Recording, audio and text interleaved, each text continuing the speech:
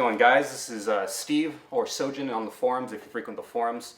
This is going to be an updated video on the install for the Phantom electric supercharger, specifically the TK250, which is this guy right here. Now, a few things before I get into the installation. There's a lot of people out there that don't believe the system works, that thinks it's like an eBay supercharger, electric supercharger. This is not that system. There's multiple dynos out there. I've gotten the car dynoed myself. I've had it tuned by a professional tuner, open flash tuning. There's about 50 of these systems out there right now. Probably by the time you watch this, there's going to be about 60 plus. This is a very popular system. Everything about the system works. There's so much evidence that shows that this works. So please don't be one of those people out there that sees this, starts bad-mouthing it. I'm just asking nicely not to do that. That's not what this is for. This is an installation video. Okay, well, first off, the kit that you're going to get with the TK250, first you get the actual supercharger. Right here we have a brushless motor. It's a 24 volt brushless motor. I have no idea what the specs are on this brushless motor. Rob, the creator, the inventor of the Phantom supercharger, is the one that knows everything about it.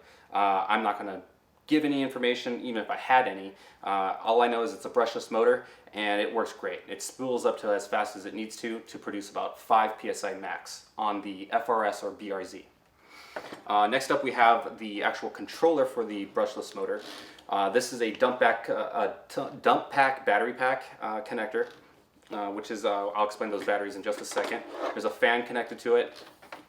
Has a drag reduction system, I'll explain that later, as well as a connection to the batteries itself to activate the system. You're also going to get a 1.5 pack upgrade for the battery pack. Rob has started releasing the system with the 1.5 pack upgrade automatically. Everyone wanted it. It works great.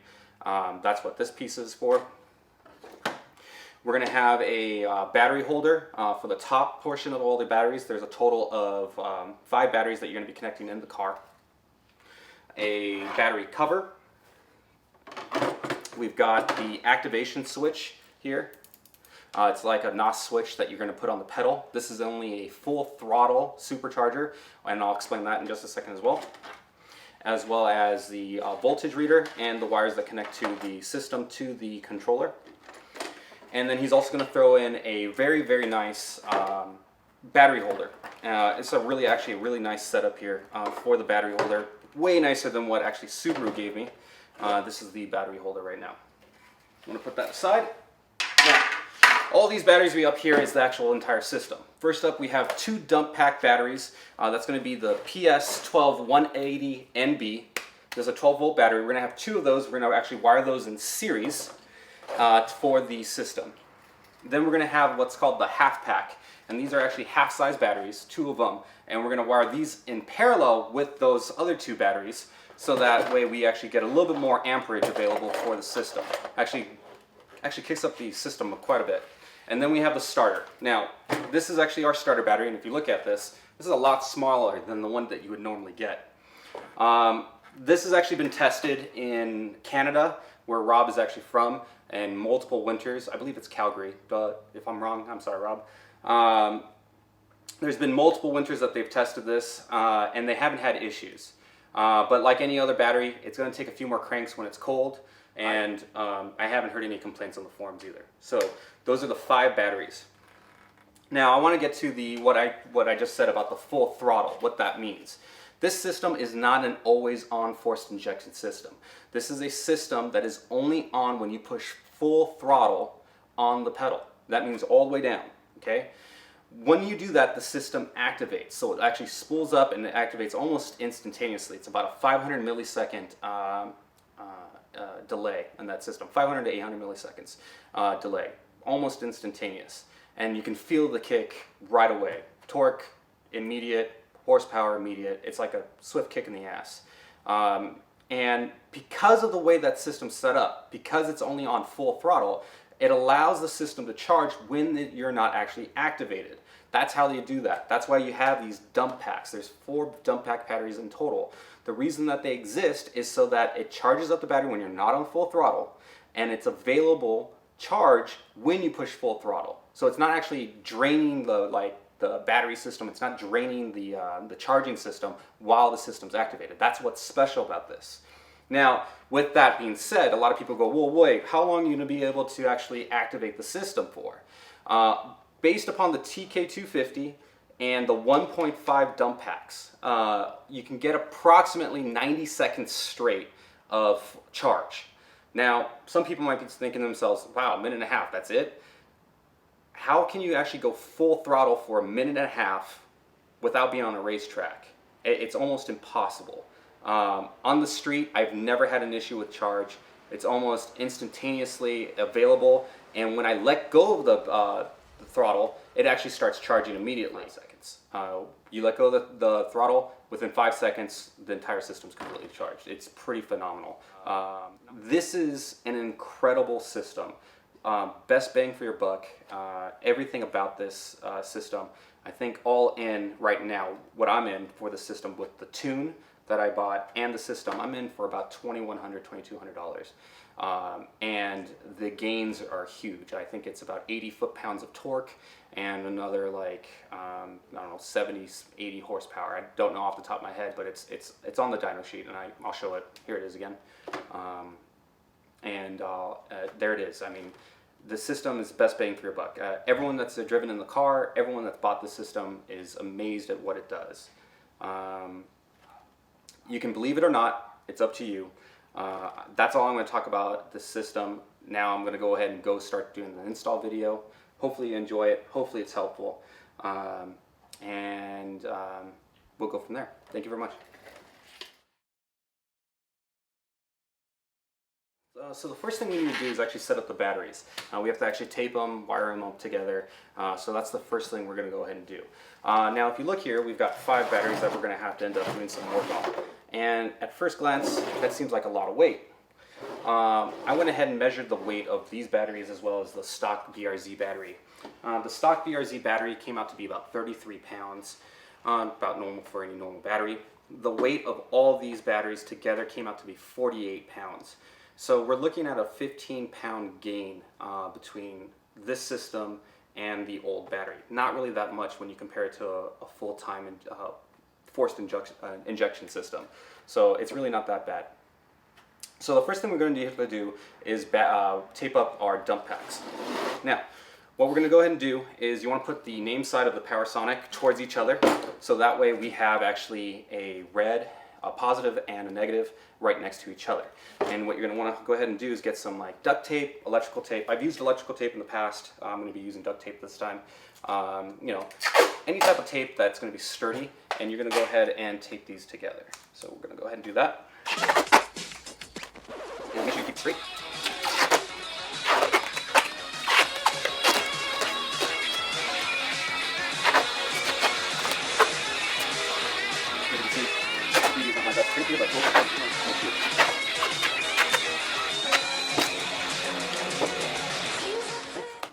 That's one's all set, nice and even.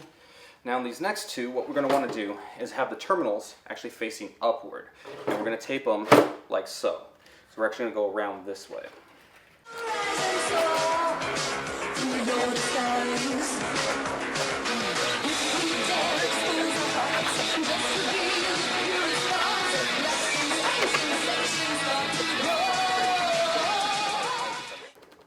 Okay, so I've got my batteries taped up.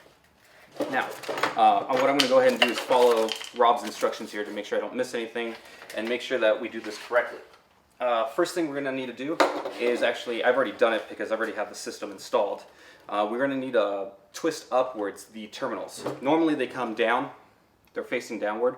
What we're going to have to do is twist it up and twist it both the positive and the negative upwards on both sides. Okay? When you actually get that done, you're going to get your little power block here, and you are actually going to connect this to the top. And you want to make sure you match up the negative with the negative and the positive with the positive, and we're going to go ahead and connect those right now. Like so. When that is done and that's connected, go ahead and take your duct tape, electrical tape, whatever it may be, and attach that block to the batteries. Right. Now, Okay, when that is connected, you are going to want to have the batteries facing you, the actual Phantom sticker, like so. And they're going to have these two bullet connectors on the end facing you.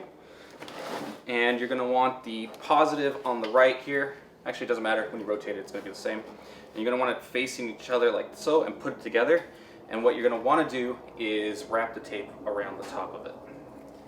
So we'll go ahead and do that now.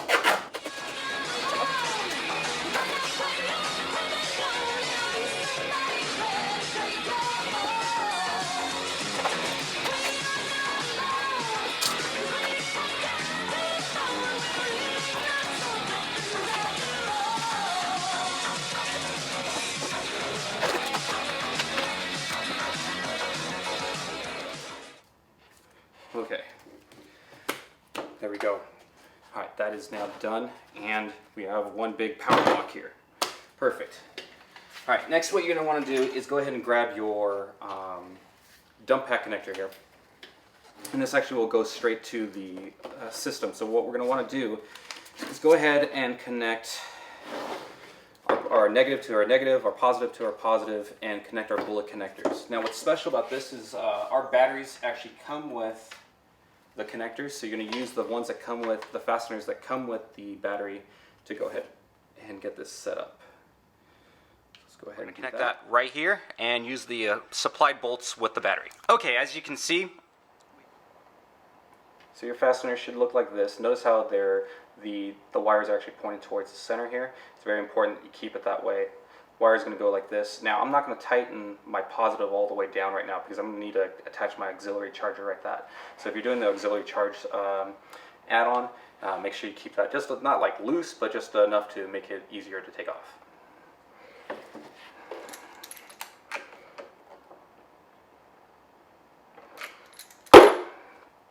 And I'm going to go ahead and connect my bullet connectors. The battery of the dump packs, setting up the dump pack 1.5 dump pack battery connections. Now, if you have the auxiliary charger, you haven't connected your copper plate to the back of the two batteries to the dump pack, you're going to hold off on that. But if you do not have the auxiliary charger, you're going to go ahead and have this connected. So I'm going to set this aside for now and have that ready to go. Now, the next thing. Now, there's actually a terminal post, a battery post in the pack. What you're going to go ahead and do is you're going to thread that onto the brass fitting and connect that brass fitting to the positive side of the battery, the starter battery. The starter battery is this 12180 NB-FR.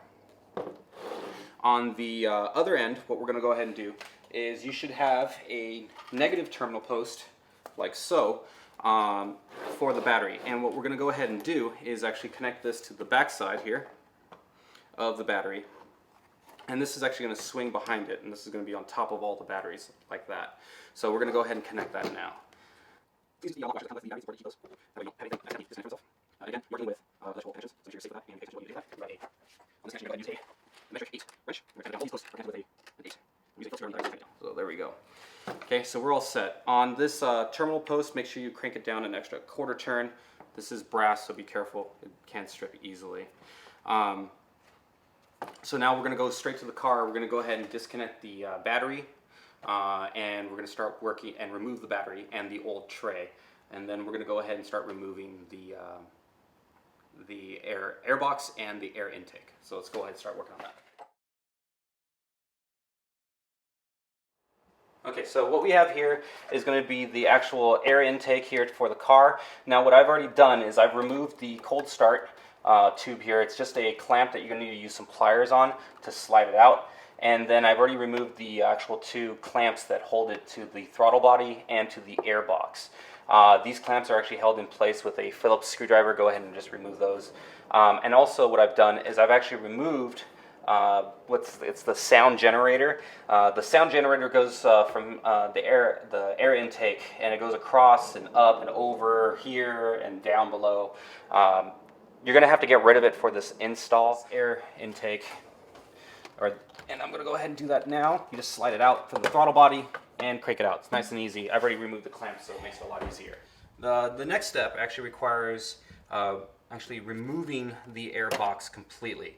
So what we're going to go ahead and have to do is remove the MAF, mass airflow sensor, and also remove all the bolts for the air box.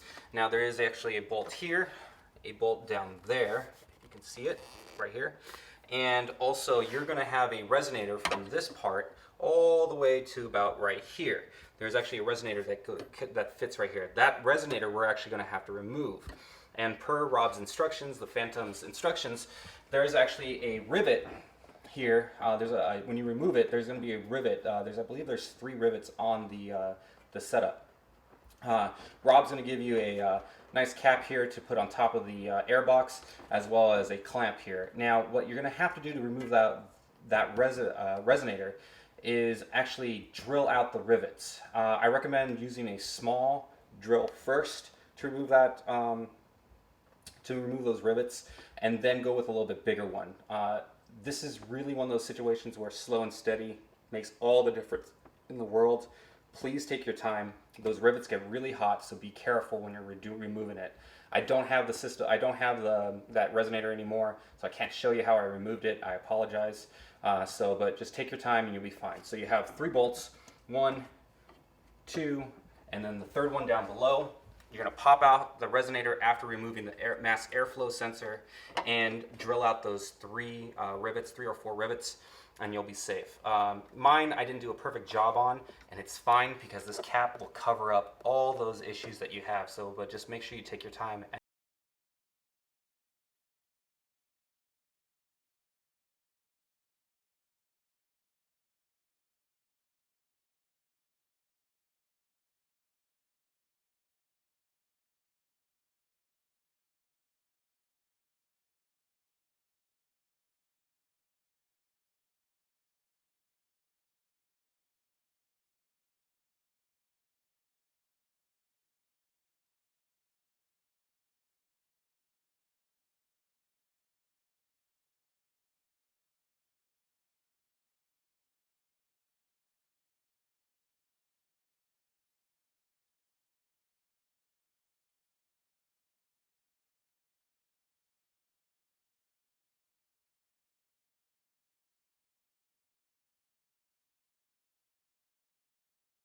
So there we go.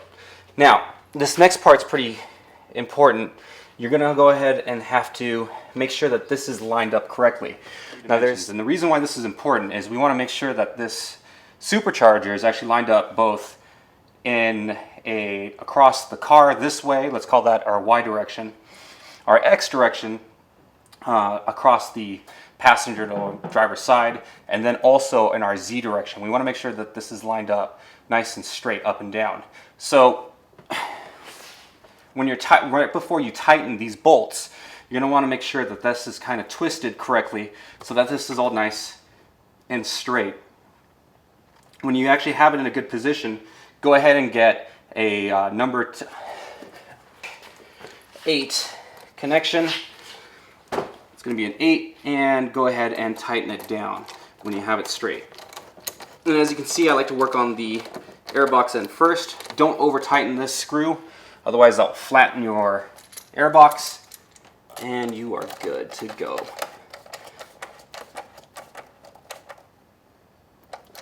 And if you do this right, your connection should be fairly flush here in front of the air box as well as here.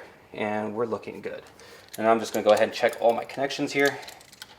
Make sure they're nice and tight, and they are.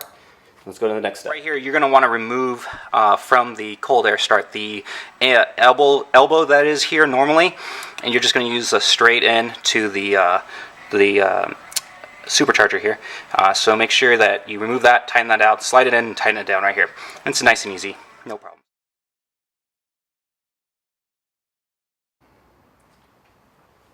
Okay, so the next part, what we're going to go ahead and do is actually connect the control box.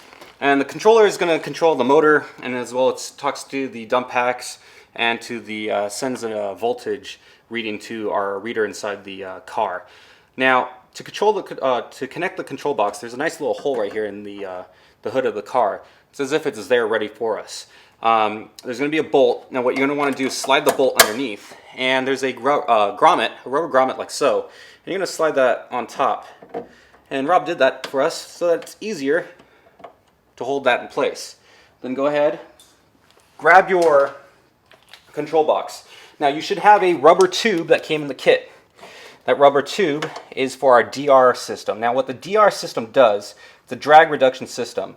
Basically, if there's negative pressure behind the throttle body, or behind the compressor, excuse me, in the throttle body, the system will spool up for just a split second just to make sure that enough air is getting to the system. It's actually pretty ingenious how it works. It's just a split second, works great. Haven't had any issues. In fact, it adds a little extra power. So make sure you can connect your rubber tube for your DR system right now. Slide the box onto your screw. Hold it in place so that you don't lose the screw. I've done that once or twice. And go ahead and bolt it on. Now this bolt here is a number 10 metric. And you want to use a mesh underneath. Probably tighten it.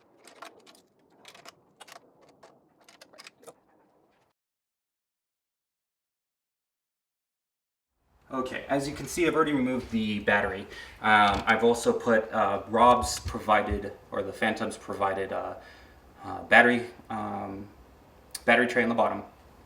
And when you're removing the stock battery, make sure you remove the negative side first, then the positive, and then you're going to do the reverse when you're installing it. So you put the positive and then the negative. So what we're going to go ahead and do here, we've installed the tray. I'm going to put the dump packs in there as well as the starter battery. So I'm going to go ahead and do that now.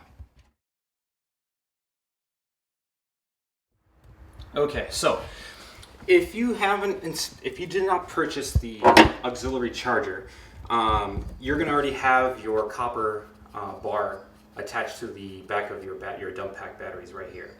Now, I actually have the auxiliary charger, and it requires a couple connections to be made. And to play it safe, what I've done is I've gone ahead and connected the both side of the auxiliary charger wire to my positive on the dump pack battery. And then I also have the other end of the wire here ready to go to be connected to the positive of the actual battery terminal. Notice that it's actually being connected to two positives for the auxiliary charger. So if you're doing that install, make sure you do it in this order. Do not connect the copper battery yet. Do your auxiliary charge connections, and then go ahead and connect the copper bar. So I'm going to go ahead and connect the copper bar now. Okay, so as you can see here, we've already got the batteries in place, our trays in the bottom. These are our dump packs already in place. Now, since I had the auxiliary charger, I haven't connected the actual copper bar in. It should be in place if you don't have the auxiliary charger. And I think that's my third or fourth time saying that. So I'm going to go ahead and connect my bar now. So I'm going to go grab that.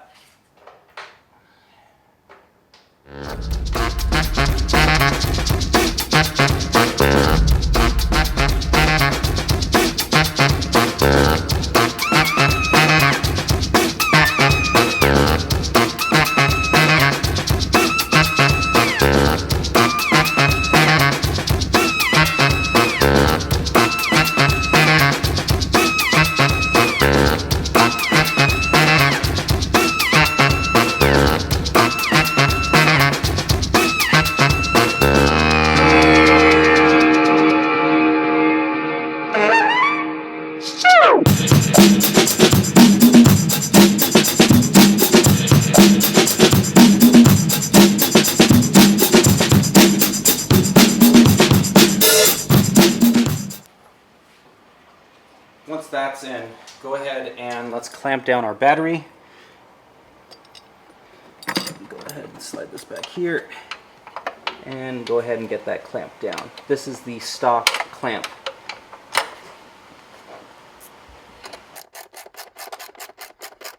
Make sure this is nice and tight so your batteries aren't going anywhere. Now we're going to go ahead and connect our terminals here to the post. We connect the positive side first.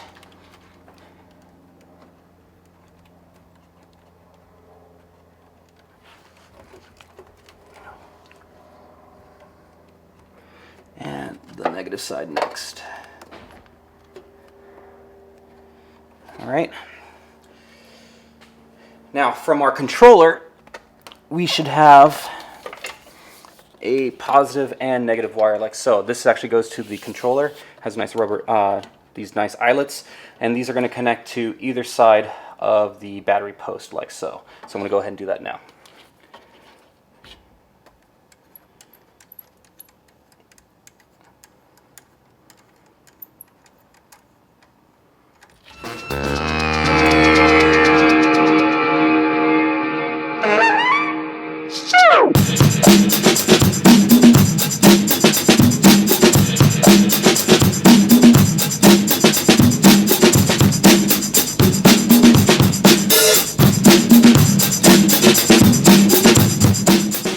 Okay, so for this next step, we're actually in the driver's side of the car, and we actually have our wide open throttle switch, as well as our wiring here for the voltage reading on-off switch, and as well as the connector to the fuse box in here to automatically turn this on and off. This little device right here is actually for my Nexus 7 that I have installed in my car, so I can run torque while I'm driving around. I'll get that out of the way. So we're going to go ahead and connect this to the accelerator, and there's a nice little bolt underneath the accelerator pedal. Now, hopefully I can do this right and not make this seem so very strange, and I apologize if this shakes a lot. I'm using my new iPhone, so hopefully it works well. So you see that bolt right there? That's where we're going to go ahead and connect this. So I'm going to go ahead and slide this up here and slide it on like so. And you're going to grab the bolt that's supplied and tighten that down.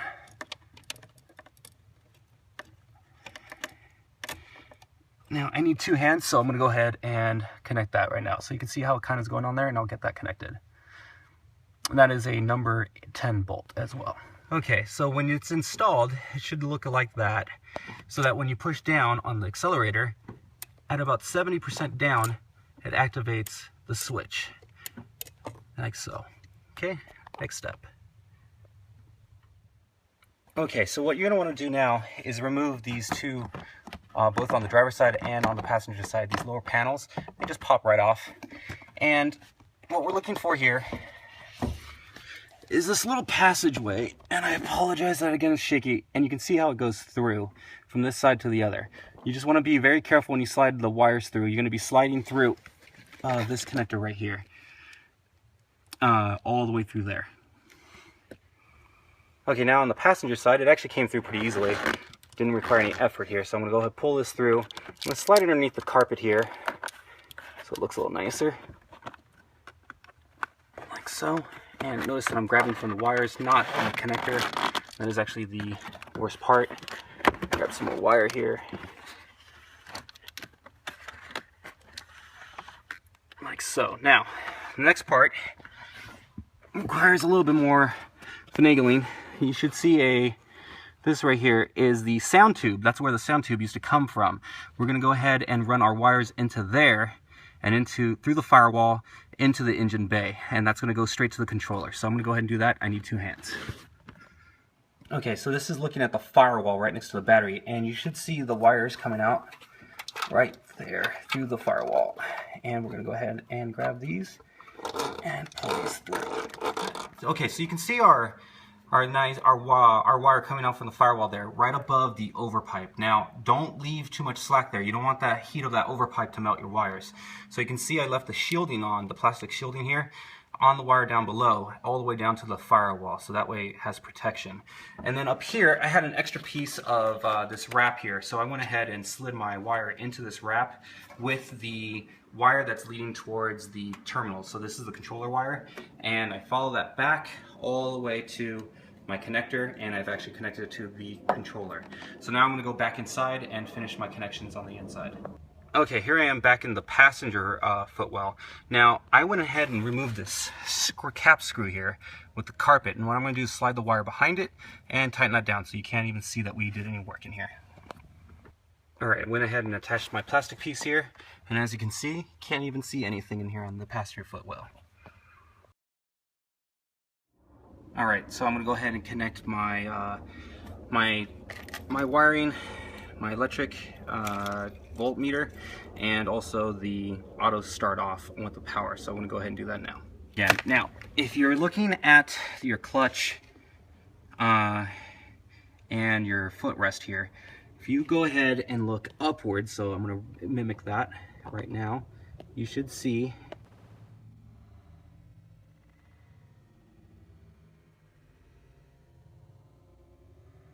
that is your fuse box in the driver's side footwell. Go ahead and remove that cap, and we're going to need to get in there. Okay, here we are back again in the driver's side footwell. I went ahead and removed the fuse box, like I said. Here it is. And what I went ahead and did, I have to get some extra length of wire here. We've got the wires coming out from in between the center console, and I've went ahead and wrapped it here through the underneath the steering column. And that should keep the wires away, and we're going to go ahead and tape that right here next to the light switch. So I'm going to go ahead and do that now. Now I'm going to run my fuse tap back through that same hole like I already have here, like so, and I'm going to go ahead and attach it in between. It says in between the daytime running lights and the tail lights. So if you look at your fuse panel here, it is going to be right in between there, right there. Right there. Alright, so now we have our connection here. It's all set. Wires running through here. The cap goes right back onto the fuse box, and our driver's side panel is back in there. So hardly looks like it's been touched at all. We're almost done here. We're on the home stretch. Now let's get back to the engine bay. Last few connections. Okay, so the last thing you want to do is go ahead and connect these three wires, the red, the blue, the black, from the controller to the motor. You're going to go ahead and connect the dump pack to each other, and then you're going to connect the DR tube. Now the DR tube, the drag reduction tube, goes from the controller, which you should already have connected, and it's going to run across this wire here into the actual supercharger. It's this little brass fitting right here. Make sure that this doesn't actually get into anything hot. That does melt easily. Now the next thing you're going to want to do is go ahead and zip tie everything here. So what I'm going to go ahead and show you is me zip tying this. There's actually some really nice holes here to kind of keep everything nice and tidy. So I'm going to go ahead and do that now.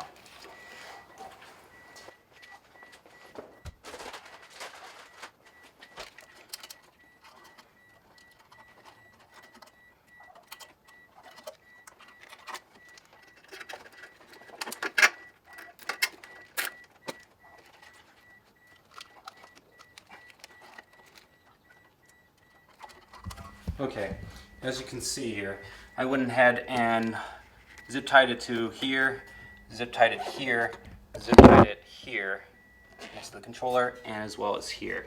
So it keeps everything out of the way.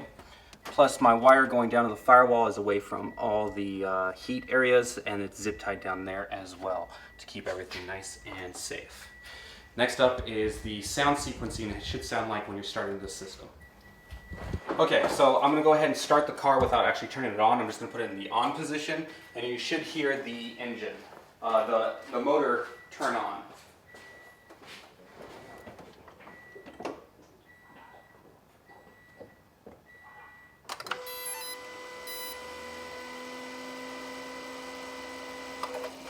And one more time, just so you can hear it, it's that sequence of like high-pitched beeps.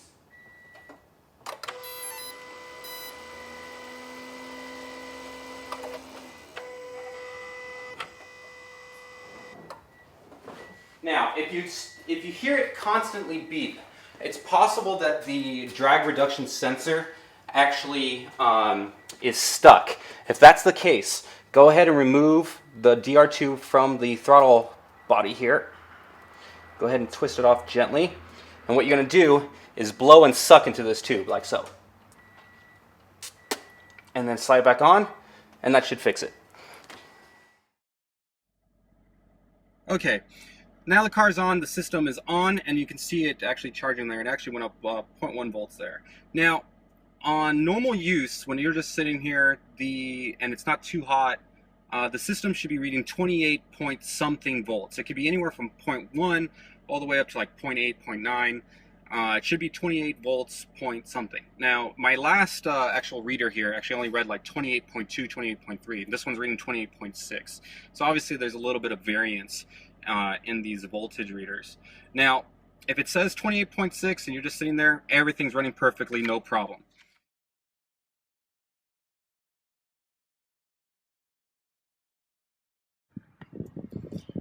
Okay, so this is kind of hard to do with a manual car here, but I'll do my best. So right now it's reading 28.6. The first thing I'm going to show is going to be drag reduction. What drag reduction is if there's low pressure behind the system, so behind the supercharger.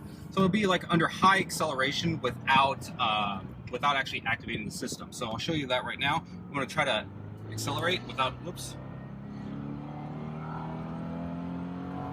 You should see it go down a little bit. That's basically showing that it's actually activating without actually activating the system. Now I'm going to go ahead and activate the system. You see it drop down. And it's actually accelerating fairly quickly. Now the batteries do need to be conditioned. Typically they have to be conditioned after a lot of cycles. And after they warm up, they actually do a better job. So I'll go ahead and do this again.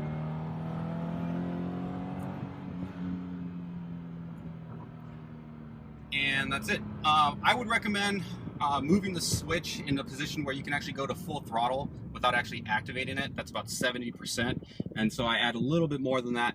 That way you can drive normally without actually activating the system. It's the way I've been getting used to it, and it works actually fairly well. So that way you can accelerate like that without actually activating the system. It only turns on the GR. All right, guys, that's it for now.